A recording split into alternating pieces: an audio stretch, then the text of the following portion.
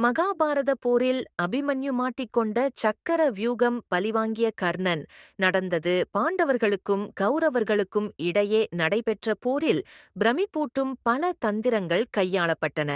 அதில் ஒன்றுதான் சக்கர வியூகம் எனப்படுகிறது.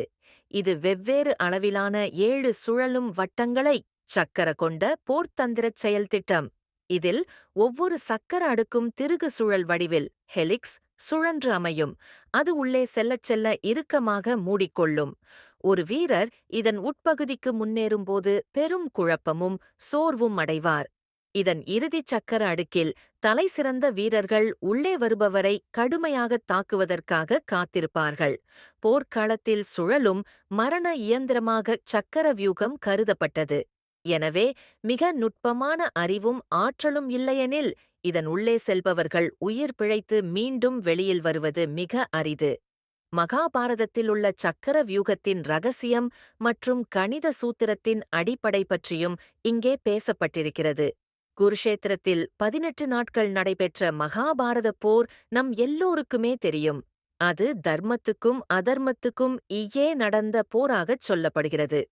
அந்த போரில் என்னதான் கிருஷ்ணர் திட்டம் போட்டுக் கொடுத்தாலும் பாண்டவர்களின் வீரமும் செயலாற்றலும் மிக மிக முக்கியமானது. அதிலும் அர்ஜுனன் சக்கிர வியூகத்தை உடைத்த விஷயம் என்பது மிகச் சாதாரண விஷயம் கிடையாது. அதை உடைப்பதற்கு தனி புத்தி கூர்மையும் அறிவாற்றலும் வேண்டும். அப்படியென்ன தந்திரத்தை பயன்படுத்தி அர்ஜுனன் சக்கர வியூகத்தை உடைத்தார் என்று பார்ப்போம். சக்கிர வியூகத்திற்குள் மிக பெரிய கணித சூத்திரம் ஒன்று உள்ளது. அந்த சூத்திரத்தின் மர்மம் தெரிந்தால் மட்டும்தான் அதை உடைப்பதற்கான முயற்சியை மேற்கொள்ள முடியும். அதை மிகச் சிறப்பாக மகாபாரதத்தில் அர்ஜுனன் செய்திருப்பார். அதாவது சக்கிர வியூகத்தில் 7 அடுக்குகள் இருக்கும். அதனால் அதை உடைக்கும்போது 1/7 பங்கு என்ற அளவீட்டில் வகுக்கும்படி கணக்கிட வேண்டும். இந்த கணக்கின்படி 1/7 சமம் 0. 9 4 2 8 5 7 என்று அளவிடும்போது 9 4 2 8 5 7 என்ற எண் திரும்ப திரும்ப வரும். இதுதான் சக்கிர வியூகத்துக்குள் ஒளிந்திருக்கும் தந்திரம். ஒவ்வொரு சக்கரம் உடைபடும் போதும் அந்த இடத்துக்கு ஒரு புதிய ஆள் அந்த இடத்துக்கு வந்துவிடுவார்கள். அந்த சக்கரம் திரும்பத் திரும்ப சுழன்று கொண்டே இருக்கும். மகாபாரதம் என்பது இந்திய வரலாற்றினுடைய மிக அசைக்க முடியாத ஒரு காவியம். தர்மத்துக்கும் அதர்மத்துக்கும் இடையே நடக்கின்ற போரினைப் பற்றிய காவியம் இது. இந்த போரானது பாண்டவர்களுக்கும் கௌரவர்களுக்கும் இடையே நடந்த ஒன்றாகும். இந்த போரில் கிட்டத்தட்ட பூமியிலிருந்த பாதிக்கும் மேற்பட்ட மக்கள் இறந்து போயினர். இந்த போரில் மிக முக்கியமே கிருஷ்ணர் அவதாரம்தான். போரில் பாண்டவர்களுக்கு பெரும் இழப்பை கொடுத்தது போரின் 13ஆம் நாள்தான். அதற்கு மிக முக்கிய காரணமே துரோணாச்சாரியார் அமைத்துக் கொடுத்த சக்கிர வியூகம்தான். அத்தகைய சக்கிர வியூகத்தை ஒருவேளை அர்ஜுனர் உடைக்காமல் இருந்திருந்தால் நிச்சயமாக கௌரவர்கள் வெற்றியடைந்திருக்கும் வாய்ப்புகள் மிக அதிகம். பாண்டவர்களைப் பொறுத்தவரையில் மொத்தமாக 7 அஃப்ரௌனிகள் அளவு கொண்ட சேனைகள் இருந்தன. ஆனால் கௌரவர்களிடம் மொத்தம் 11 அஃபரௌனிகள் அளவு கொண்ட படைகள் இருக்கின்றன. ஒரு அஃபரௌனி சேனை என்பது 2,18,000 பேரைக் கொண்டது. அதாவது பாண்டவர்கள் மற்றும் கௌரவர்கள் என 2 பக்கமும் சேர்த்து குருஷேத்திர போரில் மொத்தமாக 39 லட்சம் வீரர்கள் கலந்து கொண்டனர். குருஷேத்திர போரின் 13ஆவது நாள் சக்கரவியூகத்தில் சிக்கி தான் அபிமன்யு உயிரிழந்தான். ஏனெனில் அபிமன்யுவால் சக்கர வியூகத்திற்குள் செல்லத்தான் தெரியுமே தவிர வெளியே வரத் தெரியாது. அபிமன்யு தன்னுடைய தாயின் கர்ப்பத்தில் இருக்கும்பொழுதே சக்கிர வியூகத்துக்குள் நுழைவதற்கு கற்றுக்கொண்டான். வெளியே வரும் வித்தையை ஒல்லாமல் விட்டுவிட்டான் அர்ஜுனன். போர் வேளையில் தர்மனை காப்பாற்றுவதற்காக சக்கர வியூகத்துக்குள் சென்ற அபிமன்யு வெளியே வர முடியாமல் மாட்டிக்கொண்டபோது 7 மாவீரர்களால் அபிமன்யு தாக்கப்பட்டு கொல்லப்பட்டான்.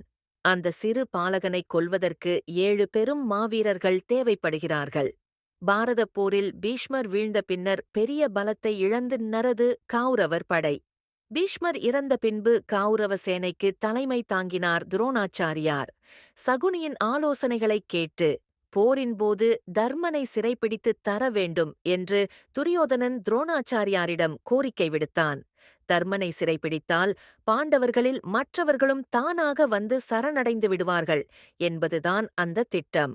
மீண்டும் அவர்களை சூதாட்டத்தில் அமர வைத்து தோற்கடித்து ஒட்டுமொத்தமாக வனவாசம் அனுப்பி வைத்து விடலாம் என்று திட்டம் போட்டான் துரியோதனன். சிறைப்பிடித்துவிட்டால் தர்மனை தன் கையால் கொல்ல வேண்டிய அவசியமில்லை என்பதால் துரோணரும் இதற்கு ஒப்புக்கொண்டார். சிந்து சாம்ராஜ்யத்தின் மன்னனான ஜெயத்ரதன் வனவாசத்தில் இருந்தபோது திரௌபதியை கவர்ந்து செல்வதற்கு முயற்சி செய்தான். அப்போது பாண்டவர்களால் அவமானப்படுத்தப்பட்டான். அதற்கு பழிவாங்க சிவபெருமானிடம் இருந்து ஒரே ஒரு நாள் மட்டும் தன்னை யாரும் தோற்கடித்துவிடக் கூடாது என்ற வரம் ஒன்றை வேண்டிப் பெற்றுக்கொண்டான். அப்படி பெற்ற வரத்தை போரின் 13ஆம் நாள் பயன்படுத்த திட்டமிட்டிருந்தான்.